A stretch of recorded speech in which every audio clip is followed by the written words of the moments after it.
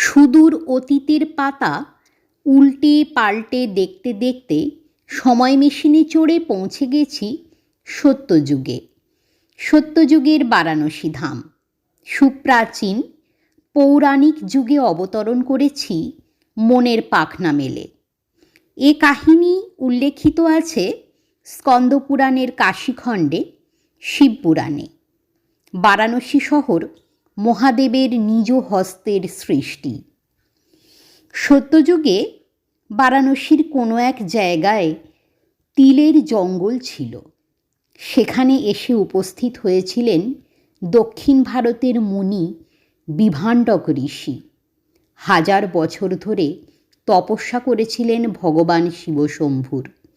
তিনি প্রত্যহ শিবলিঙ্গে তিল অঞ্জলি দিতেন।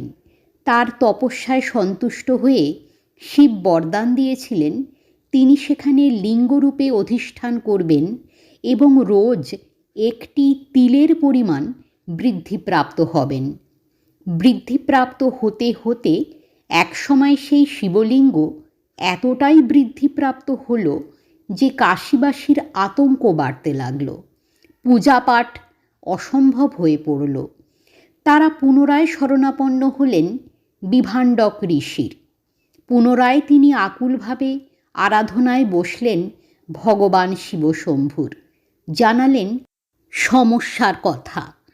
তখন ভগবান শিব বললেন, এবার থেকে তিনি প্রতিদিন নয়, বছরের একটি মাত্র দিনে, মকর সংক্রান্তির দিন একটি তিলের পরিমাণ বৃদ্ধিপ্রাপ্ত হবেন। ভগবান শিবশম্ভুর আশীর্বাদে উত্থিত সেই স্বয়ম্ভূ শিবলিঙ্গ তিলে তিলে বৃদ্ধিপ্রাপ্ত হয়ে আজকের তিল ভাণ্ডেশ্বর শিবলিঙ্গে পরিণত হয়েছে। আজ আমরা PS ক্রিয়েশনস চলেছি সেই স্বয়ম্ভূ শিবলিঙ্গের দর্শনে। শ্রী তিলভাণ্ডেশ্বর মহাদেব মন্দির 18th সেঞ্চুরিতে নির্মিত হিন্দু মন্দির। প্রতি বছর মকর সংক্রান্তির দিন একটি তিলের আকারে বৃদ্ধিপ্রাপ্ত হয়। এটি একটি জীবন্ত শিবলিঙ্গ। এর লোকেশন বারাণসীর পাণ্ডে হাভেলি, ভেলুপুর, বাঙালিটোলা ইন্টার কলেজের কাছে। 2500 বছরের পুরানো মন্দির। প্রাচীনতম শিবলিঙ্গগুলির মধ্যে বারাণসীতে অন্যতম এই তিলভাণ্ডেশ্বর মহাদেব মন্দির।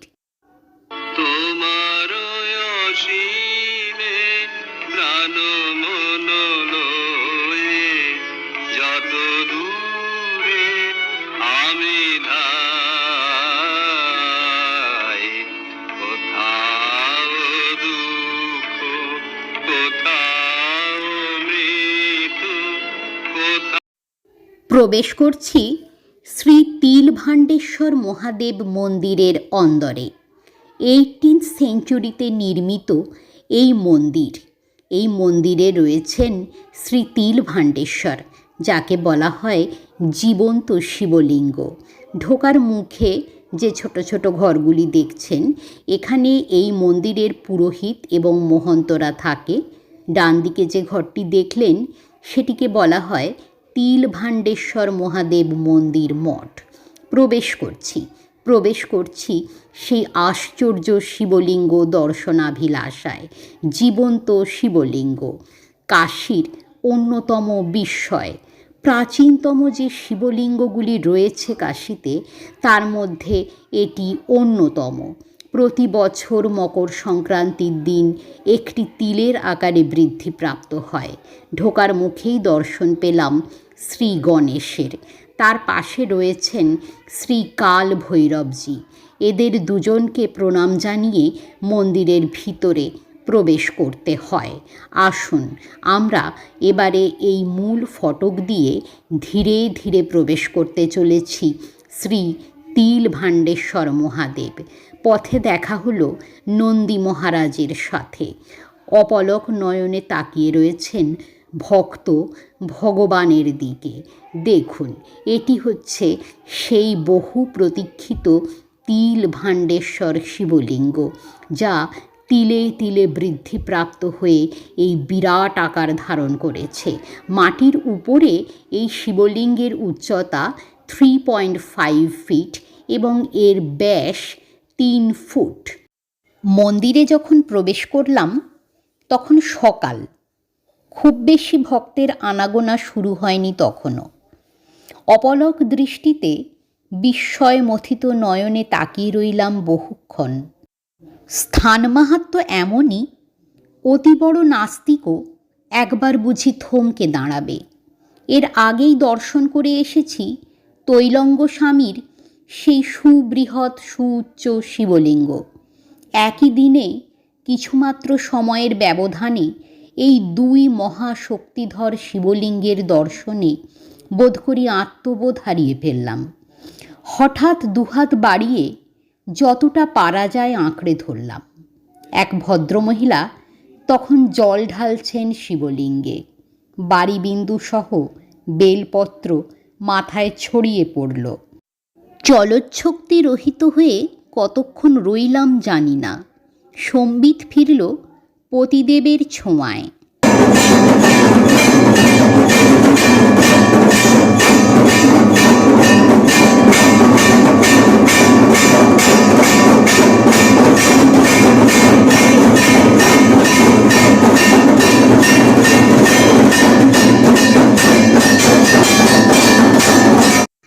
তিলভাণ্ডেশ্বর মহাদেব মন্দিরের গর্ভগৃহে প্রবেশের দরজা এবং নির্গমনের দরজা আলাদা আলাদা, বিপরীত দিকে অবস্থিত।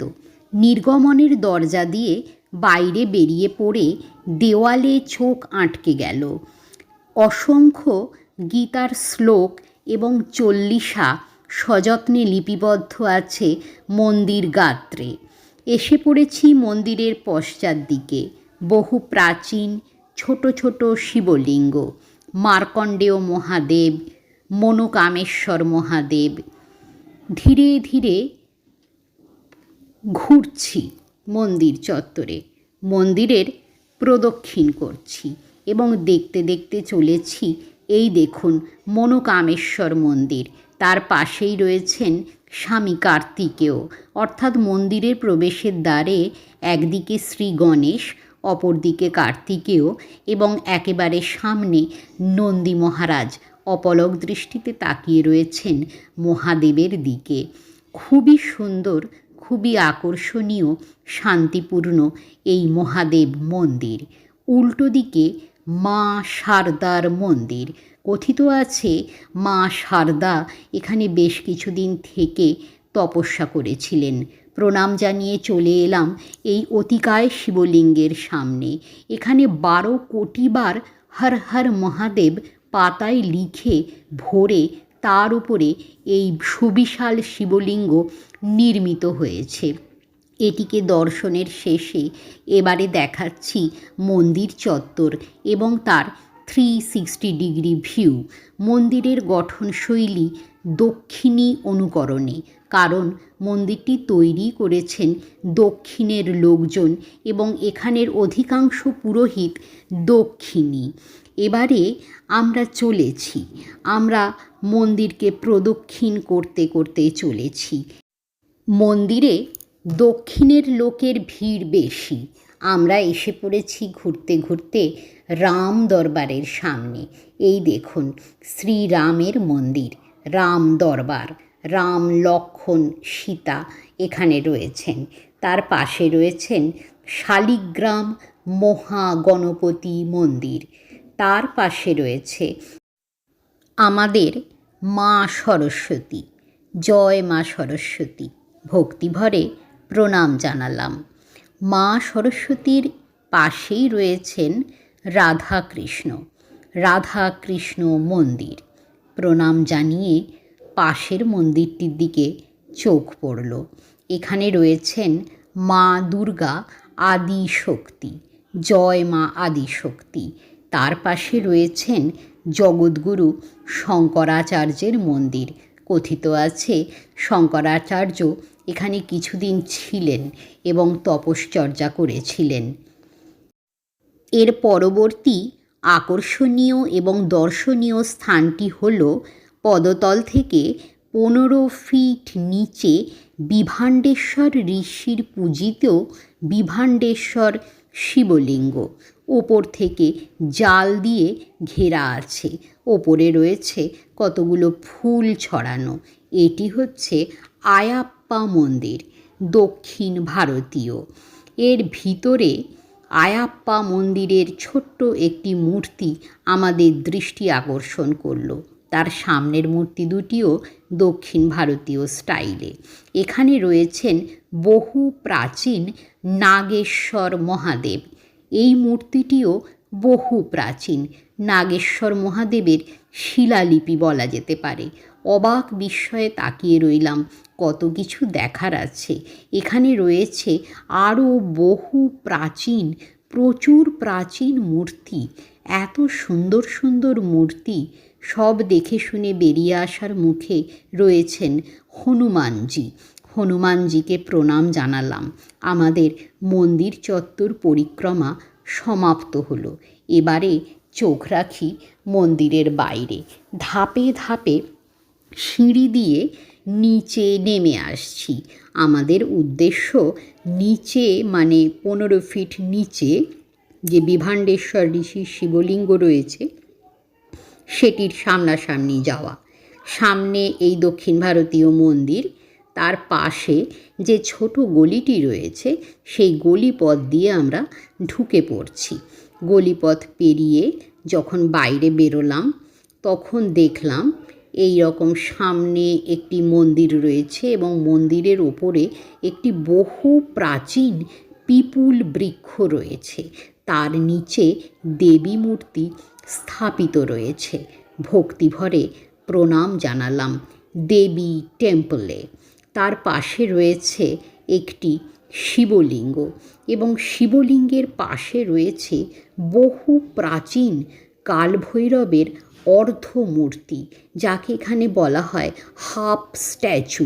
বলা যায় এই কালভৈরব মূর্তি 2500 থেকে 3000 বছরের পুরানো। আর ইনি হলেন সেই উপর থেকে দেখা বিভাণ্ডেশ্বর মহাদেব। चूँकि देवादेव महादेव का यह विशेष स्थल है, यहाँ पे धर्म अर्थ काम मोक्ष की प्राप्ति होती है। वैसे देखेंगे तो सावन के सोमवार, सावन मास में पूरा जो है यहाँ पे लगा रहता है।